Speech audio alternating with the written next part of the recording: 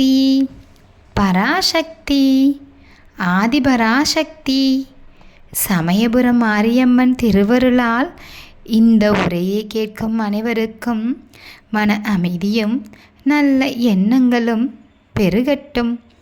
அன்பான பக்தர்களே, ஆடி மாதம் என்பது வெறும் ஒரு தமிழ் மாதம் மட்டுமல்ல. பலருக்கும் இது பிரார்த்தனை, நம்பிக்கை, கண்ணீர், எதிர்பார்ப்பு, மன உறுதி ஆகியவற்றின் மாதம். எத்தனையோ பேர் தங்கள் மனதில் ஒரு பாரத்தை, ஒரு கஷ்டத்தை சுமந்தபடியே அம்மன் சன்னதிக்கு வருகிறார்கள். அதை ஒவ்வொரு நாளும் நானும் பார்த்து கொண்டேதான் இருக்கின்றேன்.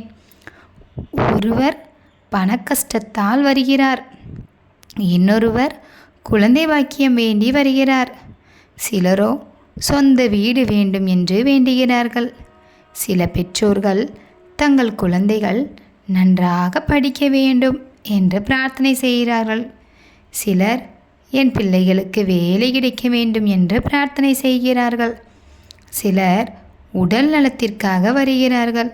சிலர் என் மனதிற்கு நிம்மதி மட்டும் தந்தாலே போதும் என்று அமைதியாக வந்து கண்ணீர் சிந்துகிறார்கள். ஆனால் கேட்கும் அனைவரின் மனதிலும் ஒரு கவலையும் ஒரு பாரமும் இருந்து கொண்டுதானே இருக்கின்றது. இத்தனை நாட்களாக எனக்கு ஒரு குழந்தை இல்லை. பார்ப்பவர்கள் என்னை கேலியும் கிண்டலுமாக என் மனதை காயப்படுத்தும்படி பேசிக்கொண்டே இருக்கிறார்கள். ஒரு நல்லது நடந்தால் அந்த வீட்டிற்கு கூட என்னை அழைக்கவில்லை. எனக்கு குழந்தை இல்லை என்பதால் என்னை ஒதுக்குகிறார்கள். அது மட்டுமல்ல, பணமில்லை என்று என்னை என் சொந்தமே ஒதுக்கி வைக்கிறது. இப்படி பலரும் பல கவலைகளை சொல்லிக்கொண்டே இருக்கின்றார்கள். ஒரு விஷயத்தை மட்டும் மறந்து விடாதீர்கள். உண்மையான பிரார்த்தனை என்பது வார்த்தைகளால் மட்டுமல்ல, அது மனதின் ஆழத்திலிருந்து எழும் நம்பிக்கை. வாழ்க்கையில் சில நேரங்களில் எல்லா கதவுகளும் மூடப்பட்டு விட்டதாக தோன்றும்.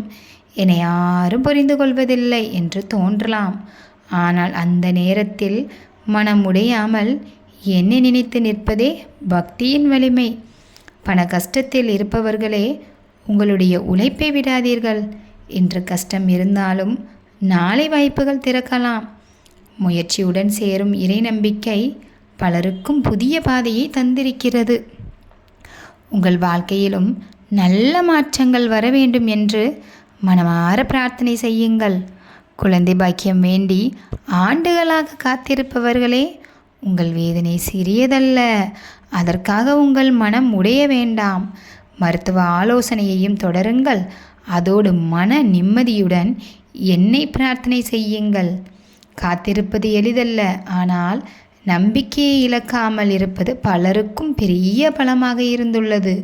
சொந்த வீடு வேண்டும் என்று ஏங்குபவர்களே, இன்று வாடகை வீட்டில் இருந்தாலும் மனதில் நம்பிக்கை இருக்கட்டும்.